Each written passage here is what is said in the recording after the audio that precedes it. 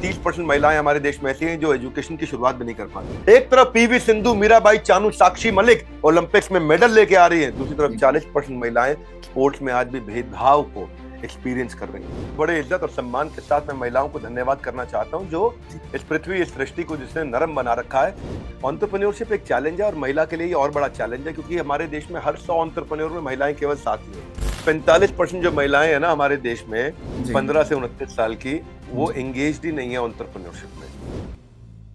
मैं जानना चाहता हूँ एक लड़की को कब उसकी पहचान मिलती है। लड़की जो है उसको स्टार्टिंग में जब शादी नहीं होती है तो उसके फादर का नाम होता है, जब शादी हो जाती है तो हस्बैंड का नाम लग जाता है। वो कौन सा टाइम आता है जब उसको अपनी पहचान मिल जाती है, अपना नाम मिल जाता है उसको? एक वुमेन एंटरप्रेन्योर को किस तरह से हमें देखना चाहिए, मैं ये कहना चाहूँगा कि एक पूरी कम्युनिटी को उसकी जो प्रोग्रेस है वो कम्युनिटी की प्रोग्रेस एक महिला की प्रोग्रेस से ही देखी जानी चाहिए। बी आर अम्बेडकर कहा करते थे, हमारे पहले प्रधानमंत्री जवाहरलाल नेहरू ने कहा कि you can tell a condition of a women, you can tell a condition of a nation by looking at the status of its women. उस देश के अंदर महिला का स्टेटस क्या है।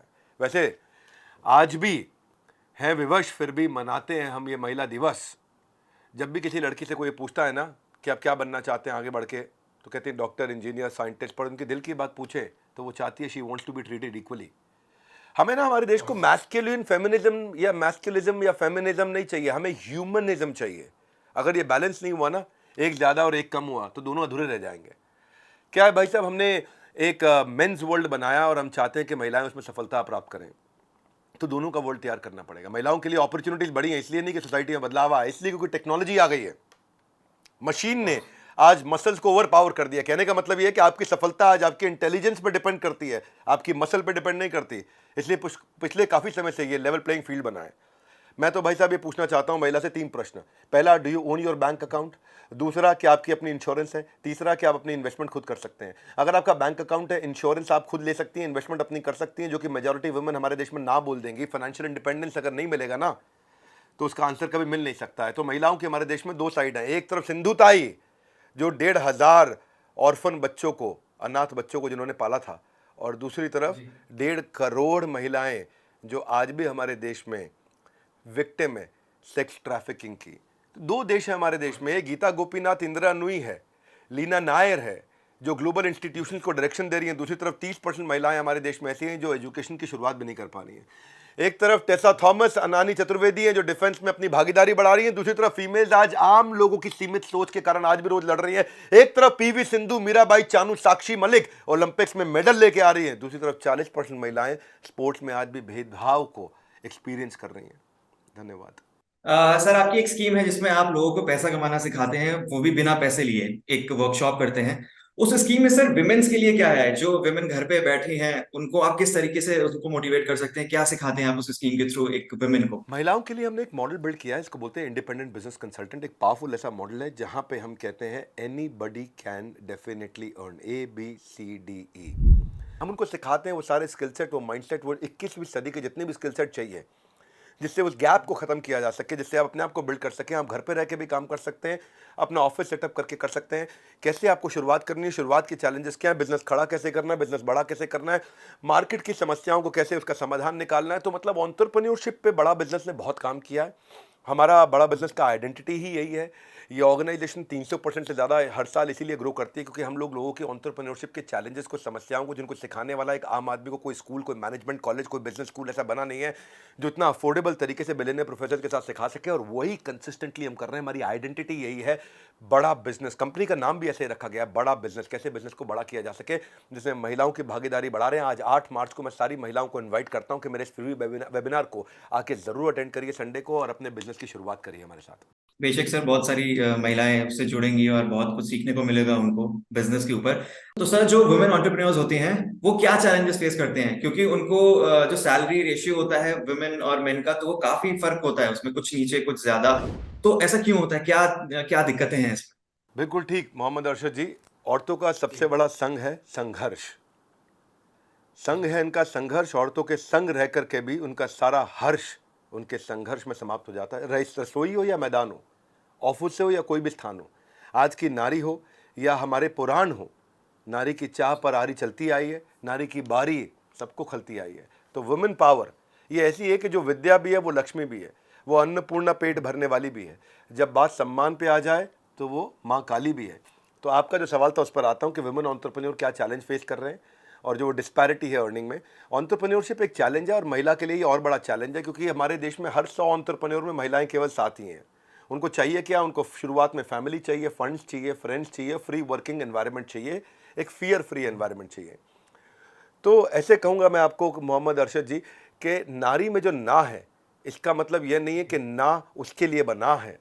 तो मैं आज आपको बताऊंगा कि 4-5 ऐसे चैलेंजेस या खास तौर से 4 ऐसे चैलेंज जो महिला को आते हैं, जिसको अगर ठीक किया जाए तो वो वुमेन सुपर वुमेन बन सकती है। पहला है सोशल एक्सपेक्टेशन। उससे एक्सपेक्ट किया जाता है वो घर के सारे काम संभाल ले। पहले काम भी करना हो तो भी नाश्ता भी वही बनाए, खाना भी वही बनाए, रात का खाना भी वही बनाए, बिस्तरा भी वही ठीक करे, कपड़े भी वही लगाए, प्रेस भी वही करे, सबका घर के सारे काम, साफ सफाई से लेकर के कपड़े धुलाई से लेकर के।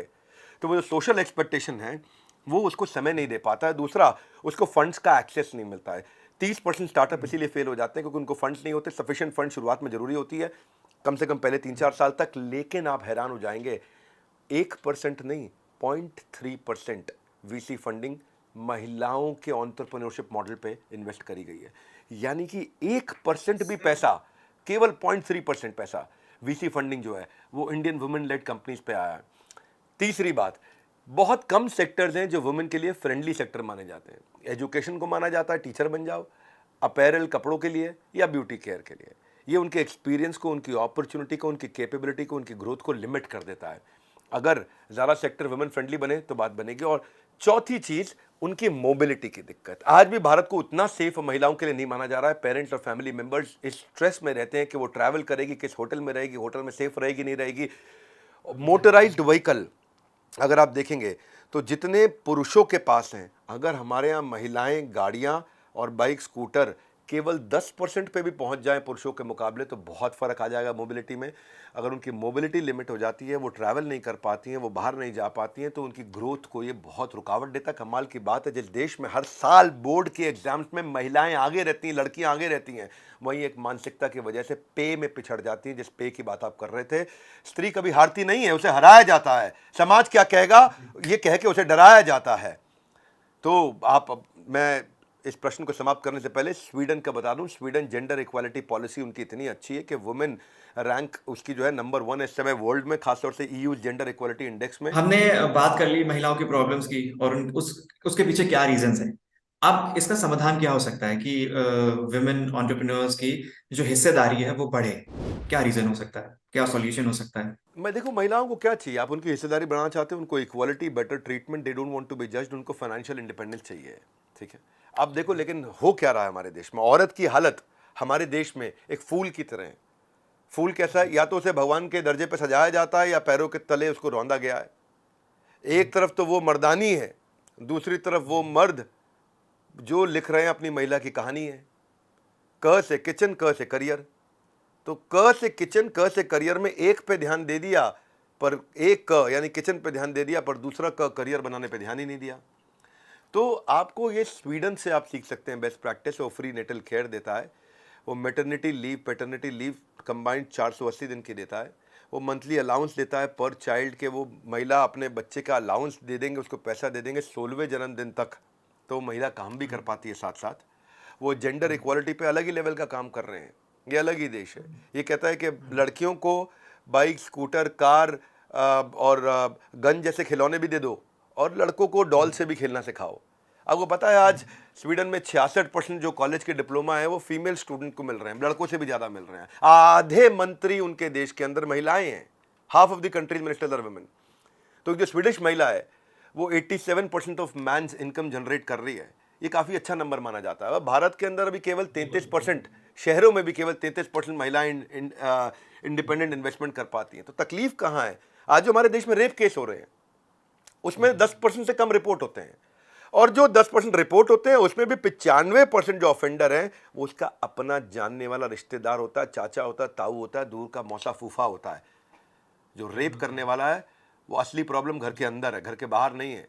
लड़कियों के अंदर एक साहस पैदा करना है। चुप्पी तोड़ो, थोड़ा खुल के बोलो। जो प्रॉब्लम घर के अंदर है, जब उसको ठीक कर दिया तो महिलाओं को जगह मिल जाएगी। कुछ ऐसा काम नवनीत सिकेरा जी ने भी किया था, जिन्होंने एक हेल्पलाइन चालू की थी कंप्लेंट रजिस्टर कराओ, एक्शन होगा 24 घंटे के अंदर। हेल्पलाइन बहुत है लेकिन उसका एग्जीक्यूशन नहीं हो पाता है। तो आप दुनिया भर से अगर बेस्ट प्रैक्टिस ले लो, एक मैं वर्ल्ड बैंक का एक इनिशिएटिव है V5, जैसे होता है वाईफाई, ऐसे उन्होंने बनाया V5 में वो $250 मिलियन वुमेन एंटरप्रेन्योर की मदद के लिए उन्होंने दिया है। कनाडा गवर्नमेंट ने क्या बोला है कि हम चाहते हैं कि हमारे यहाँ डबल कर दे हम महिलाओं का पार्टिसिपेशन एंटरप्रेन्योरशिप में। भारत देश को भी करना चाहिए। कैनेडियन गवर्नमेंट $1.5 बिलियन लगा रहा है इसके लिए।